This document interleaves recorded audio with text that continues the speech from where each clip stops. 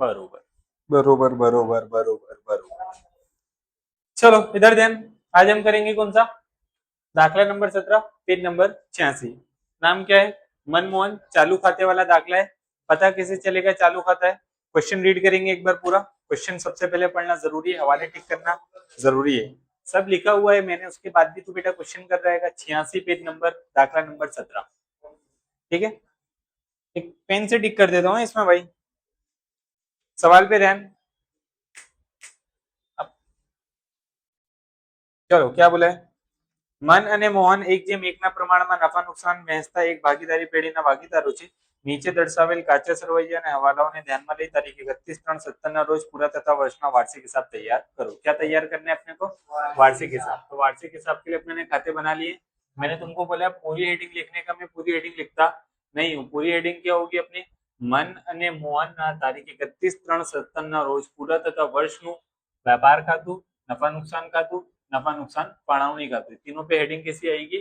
Same आएगी।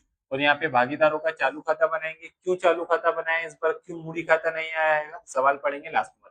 ठीक है, तो लास्ट में हम क्या बना देंगे? पाका सरवैया। पाके सरवैया की पूरी हेडिंग क्या होगी? मन અને મોહનના તારીખ 31/3/17 રોજનું પાકું સરવૈયું। ये हमारी क्या हो गई? हेडिंग्स हो गई। ठीक है, अब क्वेश्चन के अंदर जो जो चीजें दी हुई है एक बार पढ़ लेते हैं। तो बोला है मन અને મોહન ભાગીદારી પેઢીનું તારીખ 31/3/17 રોજનું કાચું સરવૈયું। जहाँ पे खाते का नाम दिया हुआ है, सबसे पहले मूडी और उपाड़ दिया हुआ है। खरीदी और वेचाण है, जाहिरात खर्च है, जावक माल गाड़ा भाड़ू है। यंत्र ऑफिस का, ऑफिस ना यंत्र ની खरीदी है। मकान है, ऑफिस पगार है, ग्राहक और व्यापारी है, माल परत है, तोलाई है, मन की लोन है, आवक माल गाड़ा भाड़ू है, माल स्टॉक है, व्यापार खर्च है, चुकवવાની બાકી મજૂરી અને મજૂરી है, અગાઉથી ચૂકવેલ કમિશન है, बैंक खातु અને रोकड़ खातु है, लोन पर ब्याज है, 8% सरकारी जामीनगीरीમાં रोकाण है। और लास्ट में क्या दिया हुआ है? चालू खाता, मन और मोहन। तो पता चला मैंने क्यों चालू खाता बनाया। जब भी सवाल के अंदर हमको चालू खाते की बाकी देवे, किसकी बाकी देवे? चालू खाते की, तो क्या बनाने का? चालू खाता। चालू खाते की बाकी अगर नहीं देता है तो अपने क्या बना देंगे? मूडी खाता। चालू खाता कब बनाएंगे? जब सवाल में हमको क्या देगा? चालू खाता देगा, तो मूडी की जगह तुम्हारे क्या बना लेने का? चालू खाता बना लेने का। फिर मूडी खाता बनाने की जरूरत नहीं है, दो में से कोई एक ही बनाने का। और जब जब चालू खाते की बाकी देगा तब तभी हम क्या करेंगे? चालू खाता बनाएंगे। तो मनमोहन का दिया हुआ तो इसलिए बना लिया। फिर नीचे हवाले पढ़ो। आकर मालना स्टॉकની કિંમત 80,000 છે, જેની બજાર કિંમત 10% વધુ છે। डायरेक्ट होगा। यंत्र અને मकान पे 10% लेके घसारो, तो यंत्र पे और मकान पे टिक कर दो। ठीक, यंत्र पे मकान पे टिक कर दो जिनके पास चौपड़ी है। अगला, 10,000 નો એક દેવાદાર નાદાર જાહેર થયો, તેના રિસીવર તરફથી સૂચના મળી કે તેમની પાસેથી આખરી ડિવિડન્ડ પેટે 50% રકમ મળશે। ગાલકા અનામત 5% રાખો। तो पूरा किस्सा हैगा, बाद में बताऊंगा। देवादार पे खाली दो टिक कर दो। देवादार ढूंढो कहाँ है? देवादार नहीं है, उसकी जगह क्या है? ग्राहक है, तो ग्राहक पे टिक कर दो। दो टिक करना क्योंकि दो हवाले हैं देवादार के ऊपर। ग्राहक को व्यापारी मतलब ग्राहक पे खाली। फिर बैंक ओवरड्राफ्ट पर 10% लेके व्याज ચૂકવવાનું બાકી છે, तो ये तो डायरेक्ट कर देंगे, इस पे टिक की कोई जरूरत नहीं है। फिर 2000 નો માલ વેચાણ માલ પરત નોંધવાનો રહી ગયો છે, तो वेचाण माल परत के अंदर एंट्री अपनी क्या हो गई है? रह गई है। तो वेचाण माल परत के अंदर अपने को क्या करना है? एक असर करना है। ठीक है, तो एक टिक कर दो तुम लोग किसके ऊपर? वेचाण के ऊपर। और एक टिक और कर दो ग्राहकों के ऊपर। तो ग्राहकों के ऊपर टोटल कितनी टिक हो गई? 3 टिक हो गई। मतलब ग्राहक में हमको कितनी लाइन छोड़नी है? 6 लाइन छोड़नी है।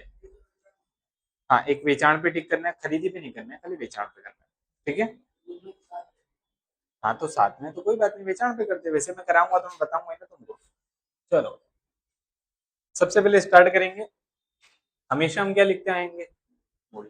अब की बार मूडी खाता तो है नहीं, कौन सा खाता आएगा? चालू खाता। लेकिन हम स्टार्ट कहाँ से करते आएंगे? मूडी से। तो हम मूडी से स्टार्ट करेंगे। सबसे पहली असर मूडी देवा में अपने क्या लिखेंगे? मूडी। अगर चालू खाता बनाया है तो डायरेक्ट तुम्हारे कहाँ जाने का? मूडी देवा में क्या लिखने का? मूडी और नाम मन और मोहन। मन की और मोहन की मूडी देखो। और मैंने बताया था मूडी की हमेशा कौन सी बाकी होती है? कि जमा बाकी होती है। कौन सी बाकी होती है? जमा। जमा बाकी देखो कितनी है मन की और मोहन की? 2,80,000 और 2,20,000। तो यहाँ पे पहले 2,80,000, बाद में 2,20,000। 2,80 में 2,20 मिला कितना होगा? 5,00,000। पहली असर अपनी मूडी की होती है, हमेशा वही करेंगे। ठीक है,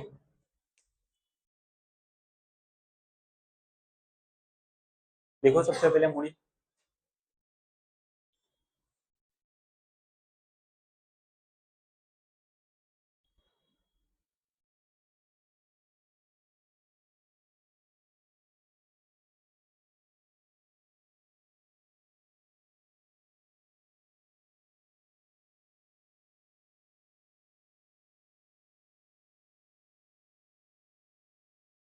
देन चलो मूड़ी के बाद में चालू खाती कैसे करनी है, किसकी करने की?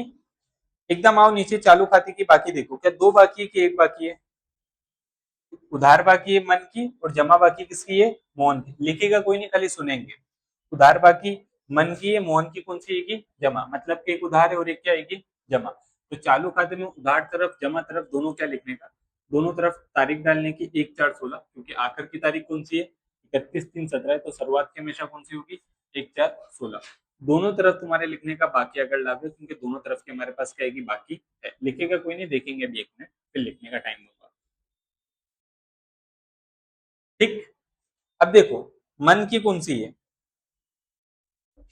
उधार बाकी है। मन की कौन सी आएगी? उधार।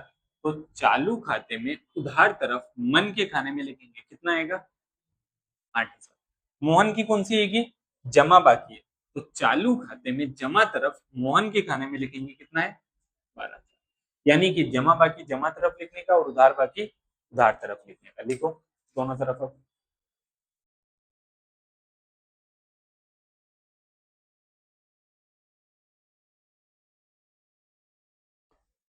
नहीं, कोई लाइन नहीं। बाकी अगर लावे के लिए क्या लाइन छोड़ने का? शुरुआती में से होती है किसी भी खाते की।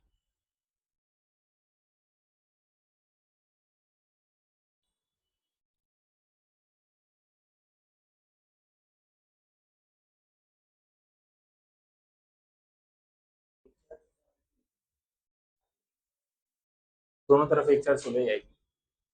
दोनों बाकी अगर लावे, एक उधार भी थी जमा भी थी, इसलिए।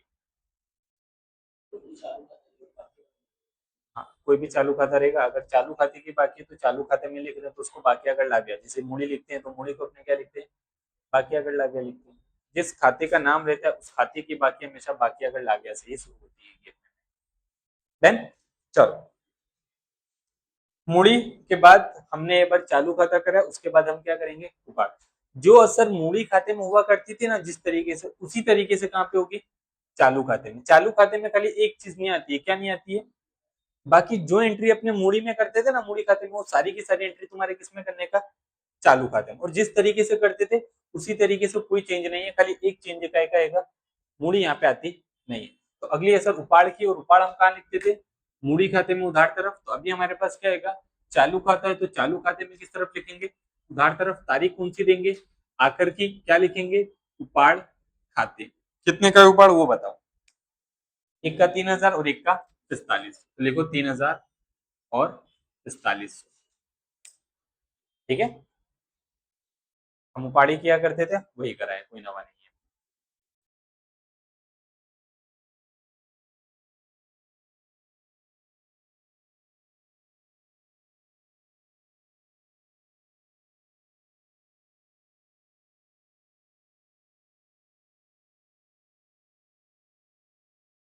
देन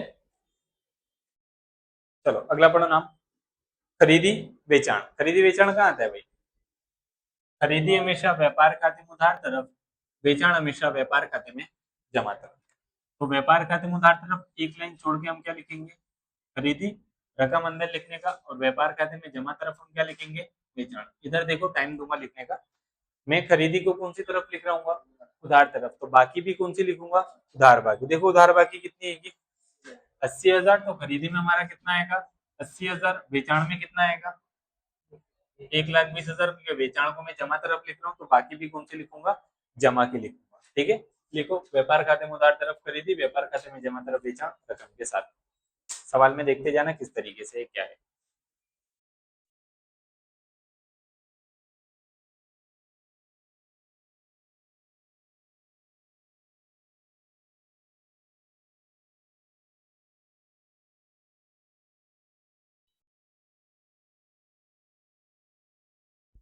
है। चलो उसके बाद पढ़ो। जायरात खर्च। जायरात खर्च, जायरात करने से अपना वेचाण बढ़ेगा कि नहीं बढ़ेगा? बढ़ेगा। कोई भी ऐसा खर्च है जिससे मेरा वेचाण बढ़ता हो उसको हमेशा कहाँ पे लिखने का, वेचाण वितरण खर्च के अंदर। तो वेचाण वितरण खर्च के अंदर ही मैं क्या लिखूंगा, जायरात खर्च। टिक करा है मैंने, नहीं करा है टिक। कितने का है जायरात खर्च बताओ, 7,000 ना। तो 7,000 कहाँ पे आएगा रकम में, क्योंकि कोई टिक मार्क नहीं है। फिर अगला पढ़ो, जावक माल गाड़ा भाड़ू। मैंने तुमको सिखाया था कि जावक माल गाड़ा भाड़ू क्या होता है और आवक माल गाड़ा भाड़ू क्या होता है। आवक माल गाड़ा भाड़ू मतलब कि फैक्ट्री से फैक्ट्री तक या फिर फैक्ट्री से ऑफिस तक के अगर माल सामान पहुंचा रहे हैं तो अपने लिए क्या आएगा, आवक माल गाड़ा भाड़ू। और आवक माल गाड़ा भाड़ू हमेशा कम कहाँ लिखते हैं, व्यापार खाते में उधार तरफ बीच में लिखते हैं आवक माल गाड़ा भाड़ू। जावक माल गाड़ा भाड़ू हमेशा कहाँ लिखते हैं, नफा नुकसान खाते में उधार तरफ बेचाण वितरण खर्च के अंदर। क्यों यहाँ पे लिखते हैं कि अमेजोन वाला, फ्लिपकार्ट वाला, जोमेटो वाला घर घर जाके डिलीवरी देता है, जिससे उनका वेचाण क्या होता है, बढ़ता है। जिसकी वजह से जब भी जावक माल गाड़ा भाड़ू बोले तो तुम्हारे कहाँ पे लिखने का, वेचाण वितरण खर्च के अंदर। तो यहीं पे मैं क्या लिखूंगा, जावक माल गाड़ा भाड़ू कितने का है रकम, 850। रकम के कॉलम में कोई टिक मार्क नहीं है इस वजह से।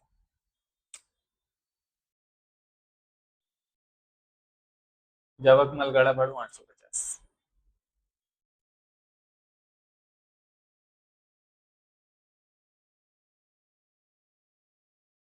है। अगला, यंत्र ब्रैकेट में ऑफिस लिखा है। यंत्र धंधे के लिए क्या है, मिलकत। कौन सी मिलकत है, बिन चालू मिलकत। यंत्र हमेशा कहाँ पे आता है अपना, बिन चालू मिलकत के अंदर आता है। तो बिन चालू मिलकत में मैं क्या लिखूंगा, यंत्र। कितने का है यंत्र, 1,50,000। तो अंदर लिखूंगा ठीक है यंत्र पे मेरा। देखो यंत्र बिन चालू मिलकत में पाकि रुपये में,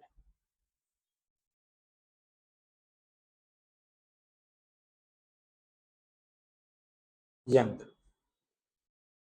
देन यंत्र के नीचे देखो, ऑफिस यंत्र ना खरीदे। अब यंत्र की खरीदी करें तो उस यंत्र के अंदर उसको क्या कर देने का, प्लस कर देने का। यंत्र खरीद रहे हो तो उस यंत्र के अंदर हम उसको क्या कर देंगे, प्लस कर देंगे। प्लस करके लिखेंगे कब खरीदा था, 1/4/16 को, मतलब के शुरुआत वाले दिन। तो ये नीचे लिखूंगा मैं खरीदी। कितने की खरीदी करी मैंने, 40,000 की। 1,50,000 में 40,000 मिला दूंगा तो कितना होगा, 1,90,000 नीचे आएगा। नीचे एक लाइन छोड़ूंगा क्योंकि इसके ऊपर हवाला है, घसारा कितना है। ठीक है, देखो जब भी कोई भी ऐसे खरीदी करेंगे मिलकत की तो उस मिलकत के अंदर ही तुम्हारे क्या कर देने का, प्लस कर देने का। और डेट देख लेने का, डेट 1/4 है तो डेट भी मैं लिख देता हूँ यहाँ पे नीचे 1/4। ठीक है, 1/4/16 को खरीदा था मैंने, मतलब के साल के पहले दिन।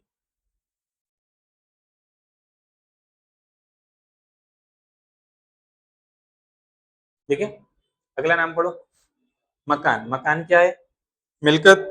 कैसी मिलकत, बिन चालू मिलकत। तो यहीं पे एक लाइन छोड़ के मैं क्या लिखूंगा, मकान को लिखूंगा। मकान कितने का है,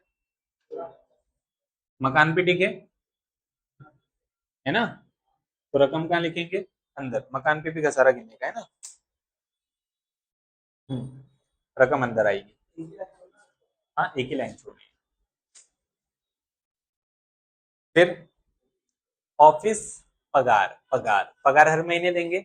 हर महीने अगर कोई खर्चा करना पड़ रहा है तो अपने लिए क्या बनता है, वही बड़ी खर्च। तो वही बड़ी खर्च में मैं क्या लिखूंगा, पगार। ठीक है, पगार पे नहीं, कितने की है फिर, 15,000। रकम में लिख दो डायरेक्ट, फिर 15,000, कोई तकलीफ नहीं है अपने को।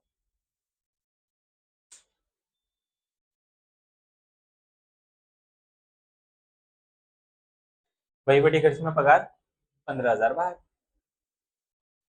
देन अगला नाम पढ़ो, ग्राहकों और व्यापारियों। मैंने बताया था तुमको, ग्राहक लेणु बोले मतलब वो क्या है, देवादार। ग्राहक को लेणु बोले मतलब क्या है, वो देवादार। और व्यापारी के लिए भी बताया था मैंने तुमको, क्या बताया था, देवु व्यापारी। देवु और व्यापारी मतलब क्या है, लेनदार है। क्या है, लेनदार। तो अभी ग्राहक को है, ग्राहक को हमेशा अपना कहाँ पे आता है, चालू मिलकत में, यानी कि अपने देवादार। तो देवादार यहाँ पे आएंगे मेरे। और जो मेरे व्यापारी हैं उसको मैं क्या बोलूंगा, लेनदार। उसको मैं कहाँ लिखूंगा, सामने। एक मिनट इधर देखो, बाद में लिखने की तैयारी करना। बाकी कौन सी और रकम कौन सी आएगी, देवादार मैंने कहाँ पे लिखा है? चालू मिलकत। मिलकत की हमेशा कौन सी बाकी होती है? उधार बाकी होती है। तो उधार बाकी देखो कितनी है?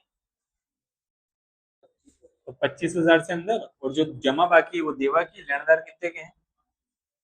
35,000 बाहर, क्योंकि उस पर हमने कोई टिक मार्क करा नहीं है। ठीक है। और देवादार के अंदर 6 लाइन चाहिए, 1 2 3 4 5 6, 6 डॉट, 6 लाइनें चाहिए देवादार के नीचे, 3 हवाले हैं।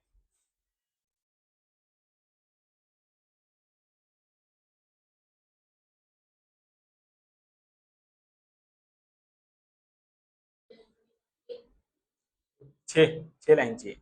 3 टिक है ना, तो 6 लाइन। और केस भी है ग्राहक पे, एक बड़ा वाला। देखते हैं अगला। देखो, माल परत क्या है?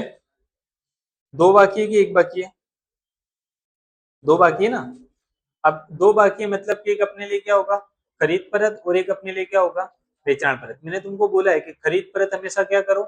खरीदी में से माइनस करो, और वेचाण परत हमेशा क्या करो?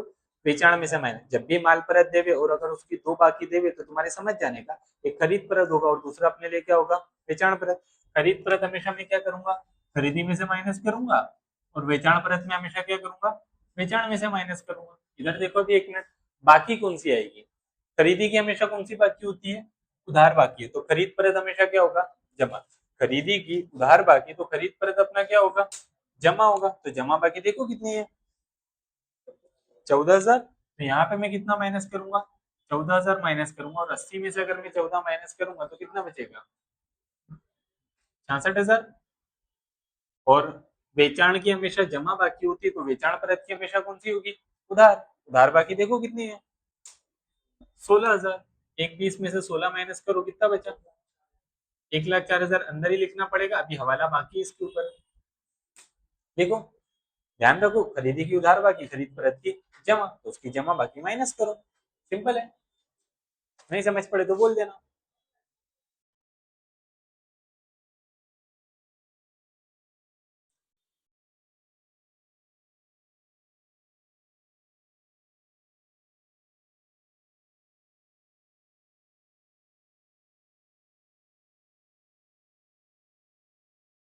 है?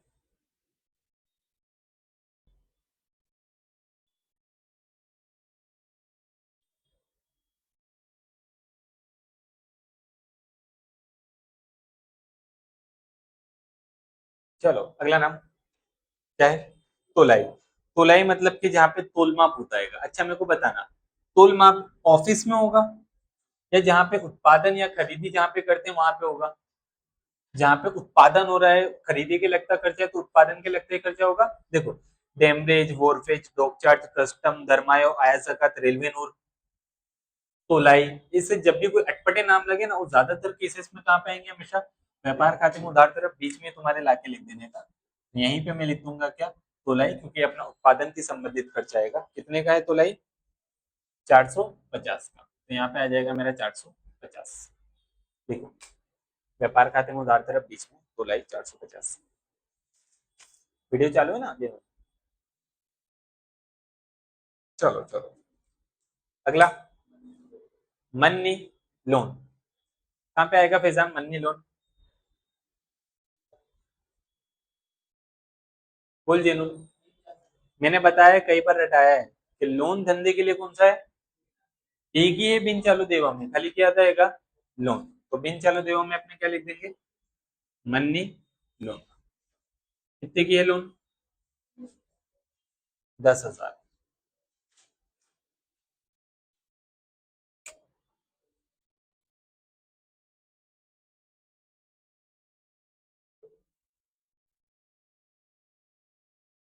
देन अब केस समझना लोन का। थोड़ा किस्सा है, थोड़ा सोचना पड़ेगा। अब लोन लिया हो तो लोन पर ब्याज दूंगा कि नहीं दूंगा? अगर मैंने लोन ली हुई है तो लोन पर ब्याज दूंगा कि नहीं दूंगा? दूंगा। पूरे सवाल में चेक करो, कहीं पे लोन पर ब्याज है? कहाँ है? मैं बोल रहा हूँ लोन पर ब्याज, हाँ ये रहा। लोन पर ब्याज दिखा? लोन पर ब्याज कितना दिया हुआ है? 400 रुपये दिया हुआ है। कितना दिया हुआ है? दिख रहा है कि नहीं दिख रहा है? देखो, तो ऊपर लोन पर ब्याज 400 है, जबकि अपने ने लोन कितने के लिए हुई है? 10,000। और मन कौन है हमारा? भागीदार है। मन कौन है हमारा? भागीदार पे कितने टका लोन पर ब्याज देने का? 6 टका। अगर कोई अपना भागीदार है, उसने अगर धंधे को लोन दी हुई है तो उसको अपने कितने टका ब्याज देंगे? हमेशा 6 टका देंगे। तो 10,000 का 6 टका निकालना, 600। 10,000 का 6 टका कितना यार? 600। पूरे साल का, कोई तारीख नहीं दी हुई है, मतलब पूरे साल का ब्याज देंगे, ठीक है। तो ये जो 600 रुपए देना था अपने ने, जिसमें से कितना दे दिया है? 400 दे दिया है। 200 रुपए क्या होगा अपने लिए? चुकाना बाकी। किस तरीके से करेंगे, आओ। सबसे पहले जो लोन पर ब्याज दिया हुआ है ना, उसको लाके, कोई लिखेगा नहीं, खाली देखेंगे अभी। नाणाकी खर्च में लिखने का, लोन पर ब्याज कितना दिया हुआ था तुमको? 400 रुपए अपने दे चुके हैं। फिर अपने को उसने खाली मन की लोन दी हुई थी 10,000 की। तो मैंने देखा कि ब्याज एक बार निकाल के देख लेता हूँ। मैंने निकाला 10,000 का 6 टका, तो कितना आया? 600। मतलब कि मेरे को साल का कितना देना था? 600 देना था, जिसमें से मैंने कितना दे दिया अभी तक? 400 रुपए दे दिया है। 200 रुपए मेरा क्या आएगा? चुकाना बाकी है। क्या है मेरा? चुकाना बाकी। तो इसी के नीचे लिखूंगा प्लस चुका हुआ नो बाकी। कितना? 200। 400 में 200 मिलाया, मतलब बाहर कितना आएगा? 600। पहली असर। दूसरी असर इसकी, कोई भी खर्चा अगर चुकाना बाकी है तो धंधे के लिए क्या बनता है? देवा। देवा दो। बिन चालू चालू। बिन चालू में तो खाली क्या आएगा? लोन। बाकी सारा कहाँ पे आएगा? चालू देवा में। तो चालू देवा में क्या लिखूंगा? चुकव्वानो बाकी मन्नी लोन पर ब्याज। तो कितना चुकाना बाकी है मेरा? 200 रुपए ही बाकी थे। यहाँ पे सिर्फ 200 की असर करनी रह गई है, तो 200 की असर मैंने कर दी। पूरा केस था, समझ के लिखना। लिखो, एक नाणकीय खर्च में, एक चालू देवा में। एक नाणकीय खर्च में लोन पर ब्याज करके, उसके नीचे चुका हुआ नो बाकी, और एक चालू देवा में।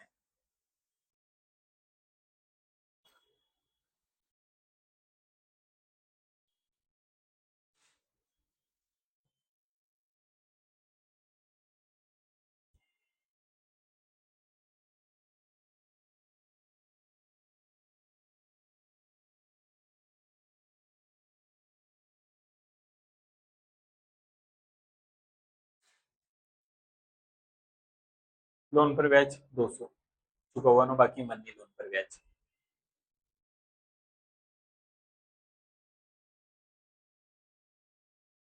देन चलो अगला नाम पढ़ो। आवक माल गाड़ा भाड़ू। अभी थोड़ी देर पहले ही बताया था कि जावक माल हमेशा कहाँ पे आता है? बेचाण वितरण में। आवक माल हमेशा कहाँ आता है? व्यापार खाते में उधार तरफ। क्या बोल रहा हूं मैं? जावक माल हमेशा कहाँ पे आएगा? अपना बेचाण वितरण खर्च के अंदर। और आवक माल हमेशा कहाँ पे आएगा? व्यापार खाते में उधार तरफ बीच में, क्योंकि उत्पादन से संबंधित खर्चा है। तो यह लिखूंगा आवक माल गाड़ा भाड़ू। कितने का है आवक माल गाड़ा भाड़ू? 1300। तो 1300 डायरेक्ट रकम के कॉलम में, कोई टिक मार्क उस पर नहीं है। कर दिए? देखो, आवक माल गाड़ा भाड़ू।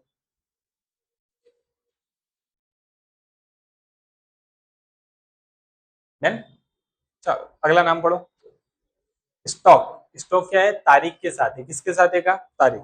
मैंने शुरुआत में पहले दाखिले में तुमको बताया था, अगर तारीख माल के स्टॉक के अंदर 1/4 देगा तो वो अपने लिए क्या बनेगा? शुरुआत का स्टॉक बनेगा। क्या बनेगा? शुरुआत का स्टॉक। अगर 31/3 देगा तो वो अपने लिए क्या बनेगा? आकर स्टॉक बनेगा। क्या बनेगा? आकर स्टॉक। अभी हमको कौन सी दिया हुआ है? 1/4। 1/4 मतलब अपने लिए वो क्या आएगा? शुरुआत का स्टॉक। शुरुआत का स्टॉक हमेशा कहाँ पे आता है? व्यापार खाते में उधार तरफ जो पहली लाइन होती है ना, वो उसी की होती है। तो यहीं पे मैं ऊपर लिखूंगा शुरुआत में स्टॉक। एक लाइन हमेशा छोड़ दिया करो यहाँ पे। कितने का है शुरुआत का स्टॉक? बताओ। 42,000। तो यहीं पे आ जाएगा मेरा कितना? 42,000, याद रखना, ठीक है। देखो, शुरुआत का स्टॉक।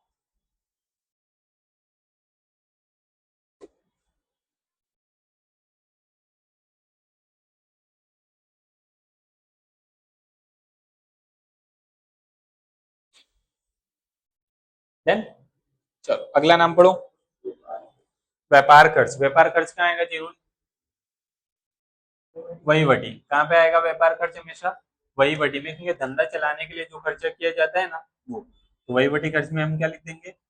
व्यापार खर्च। कितने का है व्यापार खर्च? 1300। लिखो 1300।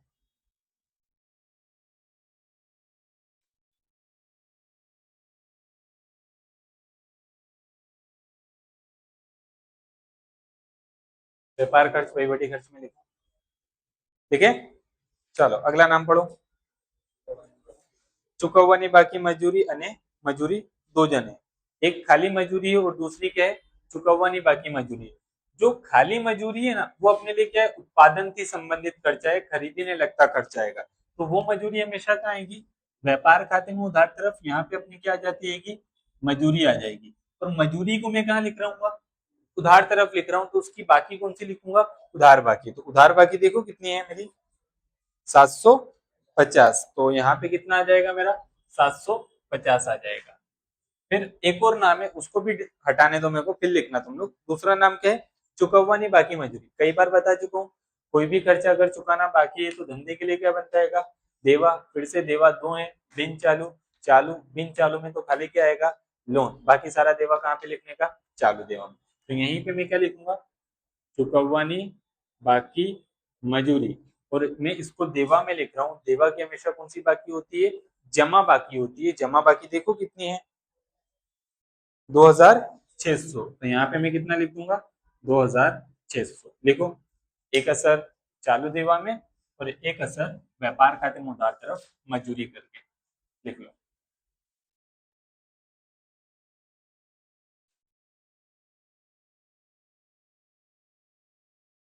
एक यहाँ पे और एक यहाँ पे मजूरी, एक व्यापार में उधार तरफ, एक चालू देवा में छेल्ले।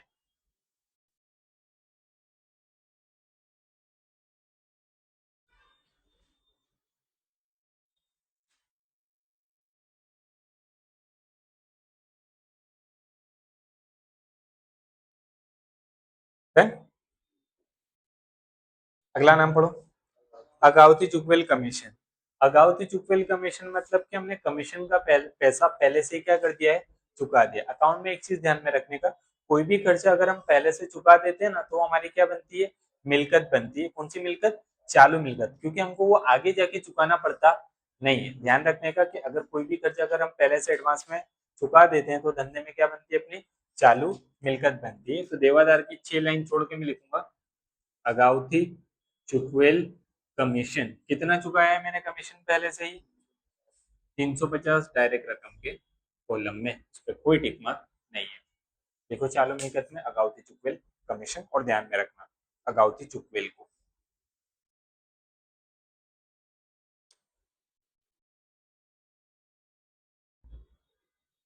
देन अगला नाम पढ़ो, बैंक खातों और रोकड़ खातों। तो बैंक का और रोकड़ का मैंने एक बार केस बताया था कि जब भी रोकड़ और बैंक मिक्स देगा तो क्या करने का, याद है कि नहीं याद है।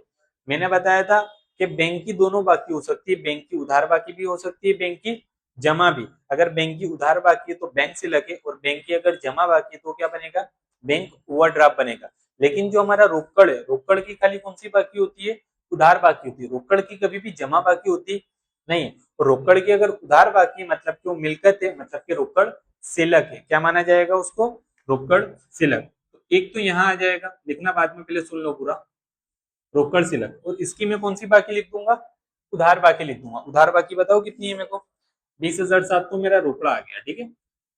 और जो दूसरा है वो किसका माना जाएगा, बैंक का। तो बैंक की जमा बाकी हुई, और बैंक की जमा बाकी मतलब क्या बनता है, बैंक ओवरड्राफ्ट बनता है। क्या बनता है, अगर बैंक की उधार बाकी आती है तो बैंक सिलक, और अगर बैंक की जमा बाकी आती है तो बैंक ओवरड्राफ्ट। तो भाई रोकड़ अगर साथ में है तो वो उधार को ले जाएगा, तो बचेगा कौन, जमा। जमा बचा मतलब वो अपने लिए क्या है, बैंक ओवरड्राफ्ट है। तो बैंक ओवरड्राफ्ट बताओ कितने का है,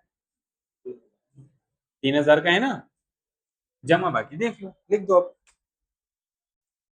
एक इधर, एक इधर।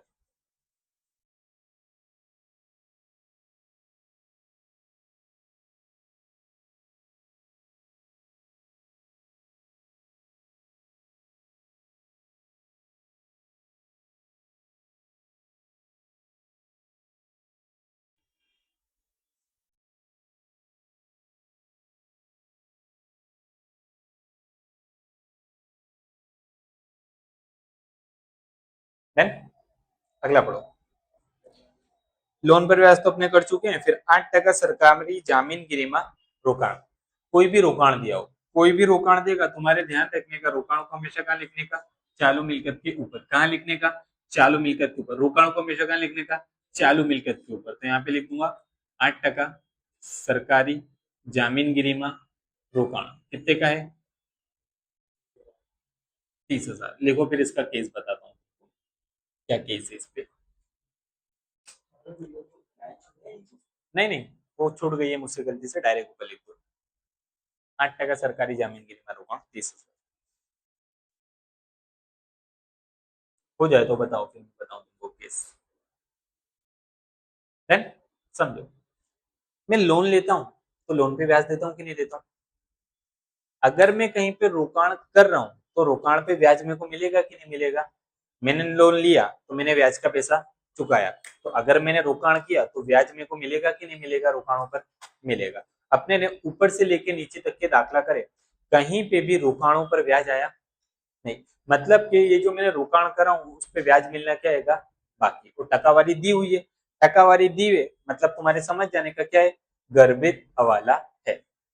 तो 30,000 का कितने टका, 8%। 30,000 का 8% निकालो, 2400। 2400 रुपये मुझे ब्याज का चाहिए था, मिलना चाहिए था, जो अभी तक के मिला नहीं है। मिला नहीं है मतलब क्या है, मड़वानो बाकी है। क्या है वो, मड़वानो बाकी। और कोई भी पैसा जो अपना भविष्य में मिलने वाला है वो अपने लिए क्या बनती है, मिलकत बनती है। क्या बनती है कि कोई भी पैसा जो अपने को भविष्य में मिलने वाला है वो हमेशा अपने लिए क्या बनती है, मिलकत। तो मेरे को रोकाणों का पैसा क्या है, मिलना बाकी है ना।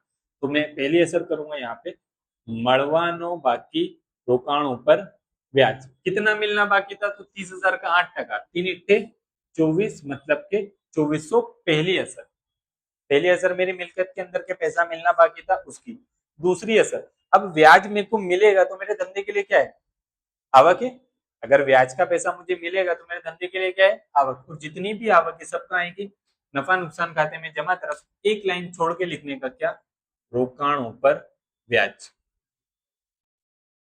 ठीक है, ब्याज कितना मिलेगा, 2400। तो यहाँ पे कितना आएगा, 2400, दो असर। ठीक है, एक मिलकत में और एक नफा नुकसान खाते में जमा तरफ, क्योंकि ब्याज की आवक है, रोकाणों पर हमारे लिए आवक है।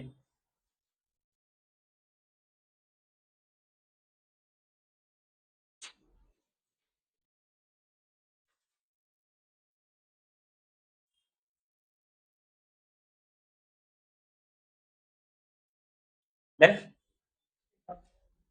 एक यहाँ पे, एक यहाँ पे नफा नुकसान खाते में जमा तरफ, क्योंकि ब्याज अपने लिए आवक है।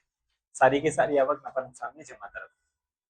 रोकाणों पर ब्याज 2400 साल का, क्योंकि तारीख नहीं थी अपने पास। तारीख होती तो तारीख के हिसाब से चलती। चलो चलो, हो गया। फिर चालू खाता लिख चुके हैं। हवाला, पहला हवाला, आकर मालना स्टॉक की कीमत 80,000 છે જેની बाजार कीमत 10% વધુ।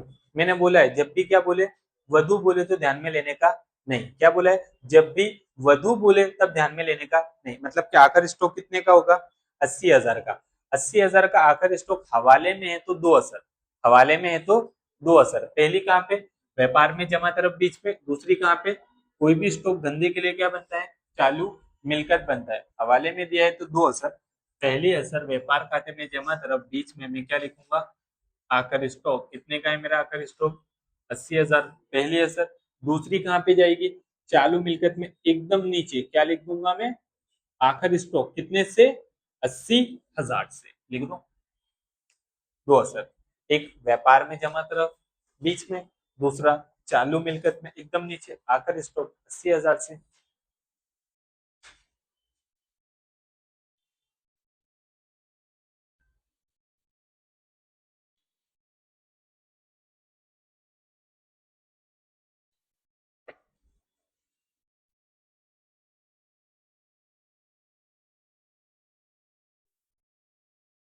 देन चलो,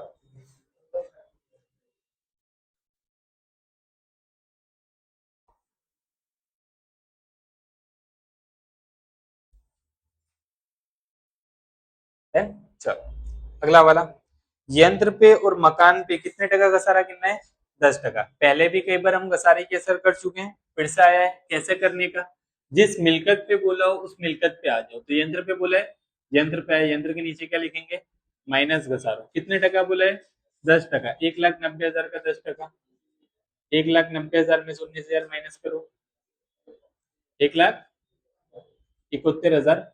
पहली असर घसारे की उस मिलकत में से क्या करने का, माइनस करने का।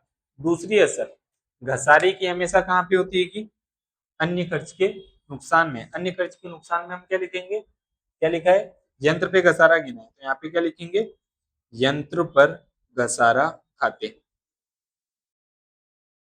कितना घसारा गिना मैंने, 19,000, तो यहाँ पे कितना आएगा, 19,000 आएगा।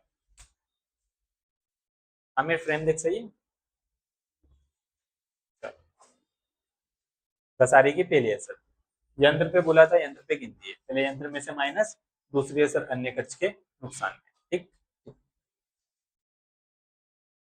दूसरा किस पे बोला है, मकान पे भी 10% आएगा। और मकान कितने का है, 2,50,000 का, तो मकान के नीचे सेम पैटर्न में माइनस घसारो, 2,50,000 का 10% निकाल लो, 25,000 आएगा। तो 2,50,000 में से 25,000 माइनस करेंगे तो 2,25,000 पहली असर उस मिलकत में से क्या करो, माइनस, और दूसरी असर अन्य खर्च के नुकसान में क्या लिखेंगे, मकान पर घसारो। कितना, 25,000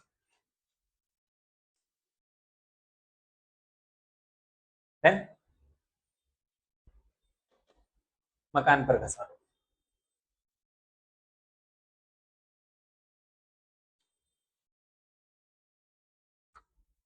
केस आया, मकान में माइनस। केस पढ़ो, 10,000 नो एक देवादार नादार जाहिर थे। नादार मतलब हमारा एक देवादार क्या हो गया, 10,000 का कंगाल हो गया, पैसा उसके पास खत्म हो गया, उसकी मिलकतें कम थी, देवा उसका बढ़ गया था, मतलब पैसा नहीं है उसके पास। तेना रिसीवर तरफ की सूचना मળી, मतलब कि जिसने उसका केस लड़ा ना वो, તો તેના રિસીવર તરફથી સૂચના મળી કે તેમની પાસેથી આખરી ડિવિડન્ડ પેટે 50% રકમ મળશે। मतलब कि 10,000 थे, उसके अपने को कितने 50% मिलेंगे। 50% अपने को क्या करने का, भूल जाने का, उसमें अपने कुछ भी कर सकते नहीं है। मतलब कि 5,000 अपना डूब गया, 5,000 अपने को क्या होगा, मिलेगा, ऐसा उसके रिसीवर ने क्या कराएगा, बोल दिया है। और घालकत अनामत कितने टका गिननी है, 5%। यानी कि मेरे को 5,000 की यहाँ पे क्या पड़ी, घालकत पड़ी कि नहीं पड़ी, पड़ी। लेकिन उसके पहले मैं ये तीसरे नंबर का हवाला करूं, उसके पहले मेरे को कौन सा करना पड़ेगा, 5वें नंबर का करना पड़ेगा। क्योंकि मैं कभी भी देवादार के ऊपर पहले घालकत नहीं गिन सकता। क्यों नहीं गिन सकता, पहले देवादार की मेरे पास सही कीमत होनी चाहिए। सही कीमत से मेरा कहने का मतलब है, क्या देवादार के ऊपर कोई दूसरी और असर है हवाले की, क्या वेचाण की किसी की असर करना बाकी है, बाकी है। पांचवा वाला पढ़ो, 2,000 નો માલ વેચાણ માલ પરત નોંધમાં નોંધવાનો રહી ગયો છે। यानी कि वेचाण माल परत में एंट्री हुई नहीं, मतलब कि यहाँ पे माइनस करना क्या रह गया है, बाकी। जो एक असर अगर मैं वेचाण में करूंगा तो वेचाण का संबंध मेरा किससे होता है, देवादार से होता है। क्यों देवादार से होता है, क्योंकि जब भी मैं उधार पे माल बेचूंगा तभी तो मेरे देवादार बनेंगे। पैसा मांगने वाले कब बनेंगे मेरे ऊपर, मतलब कि मैं लोगों पे पैसा कब मांगूंगा, जब मैं उधार पे माल का क्या करूंगा, वेचाण करूंगा, मतलब तभी मेरे देवादार बढ़ेंगे। यानी कि अगर मैं यहाँ माइनस करूंगा तो मुझे यहाँ पे भी क्या करना पड़ेगा, माइनस करना पड़ेगा। तो वो करने के बाद ही, सही देवादार की कीमत निकालने के बाद ही मैं घालकत और घालकत अनामत गिन सकता हूँ। देखो, देवादार का एक फॉर्मेट होता है, मतलब कि पहले देवादार होता है, उसके नीचे माइनस या प्लस कर लेना हमको, वेचाण के ऊपर जो भी असर है ना, वेचाण पे हो, वेचाण परत पे हो, वो उसके बाद ही मैं उसके अंदर क्या कर सकता हूँ, घालकत को माइनस कर सकता हूँ। पहले मैं घालकत अनामत भी नहीं गिन सकता, पहले मुझे क्या करना पड़ेगा, घालकत ही गिनना पड़ेगा। उसके बाद ही मैं क्या कर सकता हूँ, घालकत अनामत को गिन सकता हूँ। और उसके बाद ही मैं उसमें से देवादार पर वटाव अनामत क्या कर सकता हूँ, माइनस कर सकता हूँ। इतनी चीजें आती हैं देवादार की। सबसे पहले मेरे पास देवादार की सही कीमत होनी चाहिए, उसके बाद में उसके ऊपर क्या गिन सकता हूँ, घालकत गिन सकता हूँ अगर है तो, उसके बाद ही मैं उसके ऊपर घालकत अनामत गिन सकता हूँ अगर है तो, और उसके बाद ही लास्ट में मैं क्या गिन सकता हूँ, देवादार पे वटाव अनामत गिन सकता हूँ। मैं इसको ऊपर नीचे कर सकता नहीं हूँ। ये फॉर्मेट है, इसी फॉर्मेट में हमेशा होना चाहिए, वरना जवाब आता नहीं। तो पहले मेरे को कौन सा वाला करना पड़ेगा, पांचवा वाला। વેચાણ માલ પરત નોંધમાં નોંધવાનો રહી ગયો છે, मतलब मैंने कुछ माल क्या करा था, रिटर्न कर दिया था, वेचाण परत कर दिया था। और वेचाण परत हमेशा क्या होता है, माइनस होता है। माइनस नहीं नोंधेल वेचाण परत, कितना बाकी है परत करने में, 2,000। तो यहाँ पे से मैं 2,000 और क्या कर दूंगा माइनस, एक 4 में से 2 गया तो कितना बचेगा 1,02,000। पहली ऐसा, एक मिनट इधर देखो बाद में लिखना। पहली हो गई। दूसरी, यहाँ पे मैंने माइनस करा तो यहाँ पे मैं क्या करूंगा माइनस नहीं नोंधेल વેચાણ પરત એટલે કે નાનો વેપાર नहीं नोंधेल વેચાણ પરત। कितना नहीं नोंधा था 2,000, 25 में से 2 गया कितना बचेगा 23,000। पहली असर ये करो, पहली असर एक वेचाण में से माइनस करो, दूसरा देवादार में से माइनस करो। क्योंकि वेचाण परत हम लिखना क्या कहे थे भूल गए थे, लिखा ही नहीं था वेचाण परत। और वेचाण परत हमेशा क्या होता है माइनस होता है, किसमें से वेचाण में से, याद रखना। तो पहले पांचवा वाला करना पड़ा अपने को, इसलिए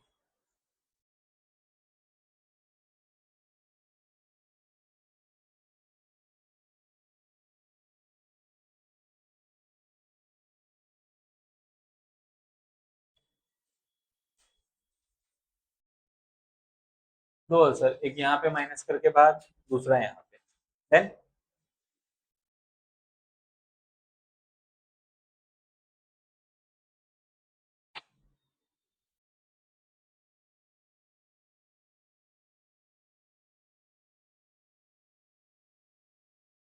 देन चलो सुनो अब तीसरे नंबर का मोस्ट इंपोर्टेंट। 10,000 का देवादार अपना क्या हुआ था ना था, उसके रिसीवर से सूचना मिली कि 50% पैसा तुमको क्या होगा मिल जाएगा, 50% मिलने वाला। तो मेरा 50% डूबा, 50% डूबा मतलब कि मेरे लिए वो क्या पड़ी 5,000 की घालकात पड़ी, क्योंकि 10,000 का 50% मतलब कितना हुआ 5,000। तो पहले मैं असर करूंगा माइनस करके घालकात गिनूंगा, ठीक है। और ये हवाले की है तो हाँ लिखूंगा। 5,000 की मेरे को क्या पड़ी घालकात, 23 में से 5 गया कितना बचा 17 बचा, 18 बचा, ठीक है 18, चलो कोई। पहली असर 18, दूसरी असर घालकात की कहाँ पे जाएगी अन्य खर्च के नुकसान में। 5,000 की घालकात पड़ी तो यहाँ पे लिखूंगा घालकात ब्रैकेट में हा मतलब क्या हवालो, कितनी घालकात गिनी मैंने 5,000। आउट करो इसको पहले फिर केस बताओ। एक देवादार में से 5,000 माइनस, दूसरा अन्य खर्च के नुकसान में घालकात ब्रैकेट में ह लिख के એટલે કે हवाला 5,000 यहाँ पे।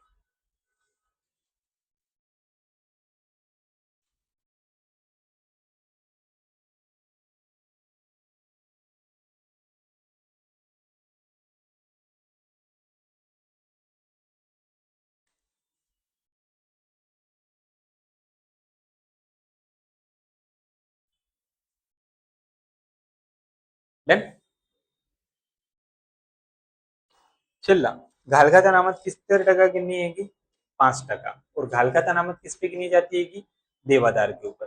तो मैं अगर ये 18,000 का 5% निकालूंगा ना तो मेरा जवाब कैसा आ जाएगा गलत आ जाएगा। गलत क्यों आएगा केस बताता हूँ, डायरेक्ट नहीं निकाल सकते इसके अंदर, इसमें यही तकलीफ है खाली एक सबसे बड़ी।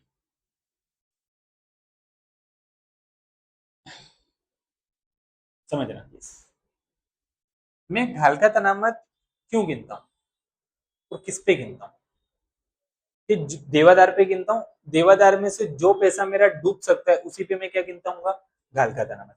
अब यहाँ पे केस क्या बना है, ये जो 18,000 है मेरे, क्या इसके अंदर वो 5,000 समाये हुए हैं जो उसके रिसीवर से सूचना मिली थी कि 5,000 तुमको मिल जाएगा, समाये हुए हैं ऑब्वियस सी बात है। तो जो हमारा 10,000 का देवादार था उसमें से 5,000 तो हमारा डूब गया, और 5,000 उसके रिसीवर ने बोला है कि तुमको क्या हो जाएगा मिल जाएगा, मतलब कि वो 5,000 डेफिनेटली मिलेगा। तो क्या मैं उसके ऊपर घालकात अनामत गिन सकता हूँ, नहीं गिन सकता, क्योंकि वो 5,000 तो मेरे को क्या है उसके रिसीवर ने बोला है, मतलब कोर्ट ने बोला है, कोर्ट ने बोला है मतलब कि पैसा क्या होगा किसी भी हालत में अपने को मिलेगा। तो ये 18,000 के अंदर वो 5,000 क्या है समाये हुए, और घालकात अनामत हम उन पे गिन सकते हैं नहीं, क्योंकि घालकात अनामत हम किस पे गिन सकते हैं जो पैसा हमारा क्या हो सकता है डूब सकता है देवादार के अंदर वो। तो ये 18,000 के अंदर से पहले मेरे को 5,000 क्या करना पड़ेगा अलग करना पड़ेगा। 18 में से 5 जाएगा कितना बचेगा 13,000 बचेगा। तो मैं 13,000 का कितने टका निकालूंगा 5% निकालूंगा तो मेरी सही घालकात अनामत आएगी, वरना आएगी नहीं, क्योंकि इसमें वो 5,000 ऐड थे। कितना आया 650। अब यहाँ पे आके लिखने का माइनस घालकात अनामत कितना 650। 18,000 में से 650 माइनस करो,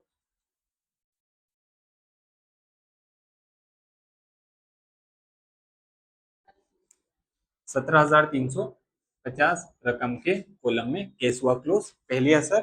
दूसरी असर लास्ट में घाल का तनामत हवाले की कितना आया 650। यहाँ पे भी वहां 17,350 ना 650। हाँ समझ गए। खास ध्यान रखना घाल का तनामत उन पे गिनी जाती है जो पैसा डूब सकता है। इसमें 5,000 वो मिले हुए थे जो किसी भी हालत में डूब सकते नहीं है, तो उस पर गाल का तनामत नहीं गिन सकता था, इसलिए मैंने उसको अलग करा। जो बचा उसका 5% मैंने निकाल दिया। सिंपल है। हल्कत अनामत ख करके लिखा है, शॉर्ट में लिख दिया मैंने। ठीक है।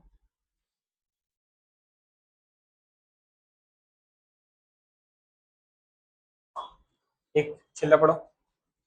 બેંક ઓવરડ્રાફ્ટ પર 10% લેખે વ્યાજ ચૂકવવાનું બાકી છે। आओ बैंक ओवरड्राफ्ट कितने का था, इस पे ब्याज का पैसा क्या है चुकाना बाकी। और कोई भी खर्चा अगर चुकाना बाकी है तो धंधे के लिए क्या बनता है देवा। कौन सा देवा, क्योंकि बिन चालू में तो कौन आता है लोन आता है। तो बैंक ओवरड्राफ्ट के नीचे चुकवવાનો बाकी बैंक ओवरड्राफ्ट નું ब्याज कितना बुलाएगा 10%। तो बैंक ओवरड्राफ्ट है कितने का 3,000 का, 3,000 का 10%, 300। पहली असर हुई, कौन सी असर हुई पहली। दूसरी कहां करूं, बैंक ओवरड्राफ्ट क्या है पैसा, और पैसे के ऊपर मैंने क्या दिया ब्याज। यानी कि पैसे के ऊपर अगर कोई खर्चा होगा तो वो अपने लिए क्या बनेगा नाणा की खर्च बनेगा। तो नाणा की खर्च में आके मेरे को लिखना पड़ेगा, या मैं थोड़ा रफ करके लिख रहा हूँ। यहाँ पे लिखूंगा बैंक ओवरड्राफ्ट नु ब्याज कितना आया मेरा ब्याज 300। तो यहाँ पे कितना आ जाएगा 300। समझ गए दो असर। पहली चालू देवा में बैंक ओवरड्राफ्ट के नीचे चुकवવાનો बाकी बैंक ओवरड्राफ्ट નું ब्याज। दूसरा पैसे के ऊपर खर्च था तो नाणा की खर्च के अंदर बैंक ओवरड्राफ्ट નું ब्याज कितना 300 एरो मार के लिखा है, लिख दो। और फिर क्लोज करते हैं इसको, देखते हैं सही आंसर आता है कि नहीं।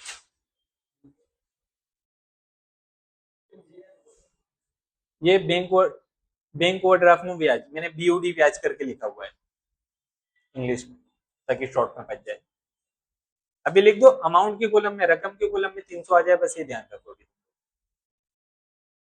कितना लिखे थे फिर अपने खाते बंद करते हैं, देखते हैं। हाँ वो रकम में लिखना है 300। आओ टोटल मार के देखें, चोपड़ी के अंदर छेल्ले पेज पे जवाब खोल के रखो। एक यहाँ लिखा ना बेटा, एक यहाँ पे, एक यहाँ पे 300 एरो मार के लिखा इसलिए ताकि पता रहे। चलो हो गया। आओ मारो टोटल, किधर का ज्यादा है, ये ज्यादा है कितना आ रहा है। सब लोग टोटल मारेंगे हाँ भाई ध्यान से। 1,82,000 लिखना बाद में भले से। यहाँ पे भी 1,82,000 माइनस करो सब, 71,500 पीछे चेक करो जवाब। सामने काचो नफो, क्योंकि जमा का टोटल क्या आएगा ज्यादा आएगा। ठीक, ये पहले लाइन में आएगा काचे नफा। तुम लोग मत लिखो, मैं तुमको मना कर रहा हूँ, तुम लिखोगे ना तो नहीं समझ आएगी क्या है क्या नहीं है। मत लिखो 71,500 लास्ट में लिखना, आराम से समझ के पता चल जाएगा। चेक करते जाओ, टैली करते जाओ, सही है। चलो अब देखो टोटल कौन सा ज्यादा है, यही ज्यादा है। कितना है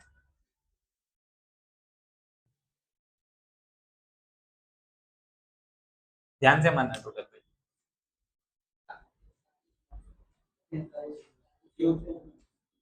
इसका कितना है 73,000। इधर भी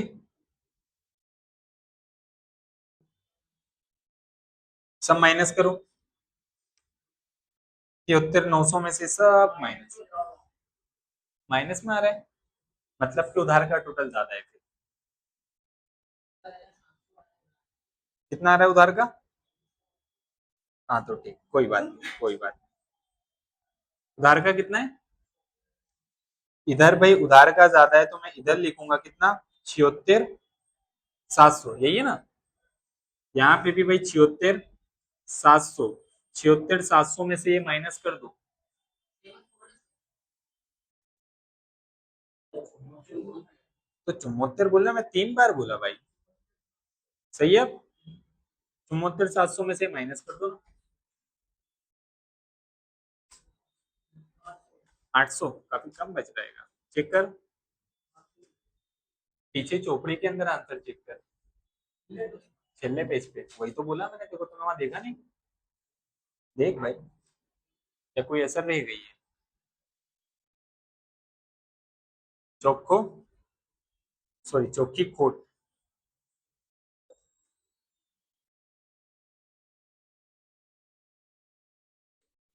चैप्टर 2 में जा, स्वाध्याय के अंदर दाखला नंबर 17। सही है, चलो आगे बढ़े। चौकी खोट आ गई। इधर ध्यान दो, किधर है? जमा में कहां पे आएगा? उधार में। अपने हर बार नफा नुकसान फाणवनी खाता बनाने का। चौकी खोट कितना? 800। तो टोटल यही ज्यादा होगा। 800 इधर, 800 इधर। 800 में से सब माइनस करा तो कितना बचा? 800। नाम दोनों भागीदार का, मोहन, ऊपर मन, ऊपर वैचड़ी पात्र, खोट। क्योंकि उधार का टोटल ज्यादा था तो वैचड़ी पात्र खोट मिलेगी, जमा का ज्यादा होता है तो वैचड़ी पात्र नफा। अब प्रमाण दिया है, देखो कोई कहाँ दिया हुआ है, देख लूं मैं एक बार। एक जेम एक मतलब के सरखा प्रमाण, भागाकार 2 से कर दो। 400 400। ठीक। इसकी दूसरी असर क्रॉस में आखिर की तारीख क्या लिखेंगे? वैचड़ी पात्र कोड कितना? 400 400। अब चीज समझना तुमने, कौन सा खाता है? चालू खाता। चालू खाते की उधार बाकी भी ज्यादा हो सकती है या तो जमा भी हो सकती है। जैसे बाकी आगड़ लाव्या दोनों तरफ है ना, वैसे बाकी आगड़ लई गया भी दोनों तरफ आ सकता है। तो पहले एक काम करता हूँ, मोहन का बंद करता हूँ। तो मोहन का यही ज्यादा लग रहा है ना, ये ज्यादा है 12,000। तो सबसे पहले मोहन के यहाँ पे लिखूंगा मैं कितना? 12,000। और यहाँ पे मैं लिखूंगा, सॉरी गलत में आ गया, इसमें आएगा 12,000 है ना। 12,000 में से माइनस करो, 12,000 में से 4,500 और 400 माइनस कर दो। मोहन का ये प्लस, मोहन का ये माइनस कर दो। 7,100। सामने क्या लिखूंगा? बाकी आगड़ ले गया आखिर की तारीख, यानी कि 31/3/17 पहले का। मन का मेरे हिसाब से ये टोटल ज्यादा है, यहाँ तो कुछ है ही नहीं, मतलब उधार का ज्यादा है। तो 8,000 प्लस 3,000 प्लस 400, 11,400। उधार का ज्यादा है तो यहाँ पे भी, और यहाँ पे भी 11,400। ये वाला सब माइनस करूंगा तो कितना बचेगा? 11,400। सामने क्या लिखूंगा? बाकी अगर ले गया, तारीख आखिर की 31/3/17। केस समझो, इधर जाए, इसमें डैश। मानो सपोज इसके नीचे ही मैं अभी एक बनाता हूँ, दिखे ना दिखे ऑनलाइन में, लेकिन समझना। ये मान लो पाका सरवैया है, क्या है? ये मूड़ी देवा और ये मिलकत लेना। एक बार समझाऊंगा फिर आएगा। ये जो बाकी अगर लाभ है ना, इसको कहाँ पे लाने का? चालू खाते की। किसकी? चालू खाते। ये जो बाकी अगर ले गया ना, इसको कहाँ पे लाने का? मिलकत में लाने का। तो ये जो उधार वाली आई है वो हमेशा कहाँ पे आएगी? देवा में। और ये जो जमा वाली आई है चालू खाते की, वो हमेशा कहाँ पे आएगी? मिलकत में आएगी। लिख कहाँ सकते हैं?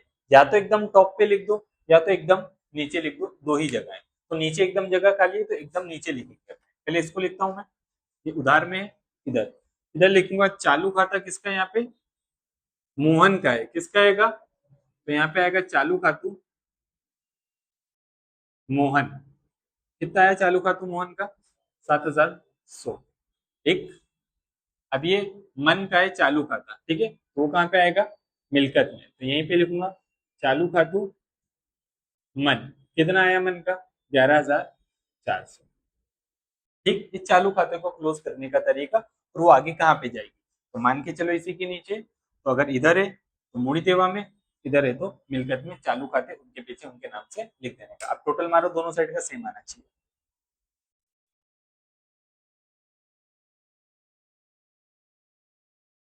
5,28,200।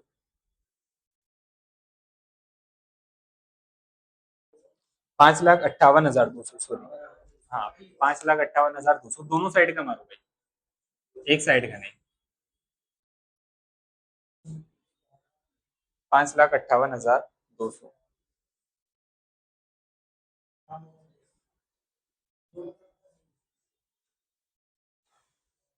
केस खत्म हो गया वाला। थोड़ा मुश्किल है, करोगे आ जाएगा।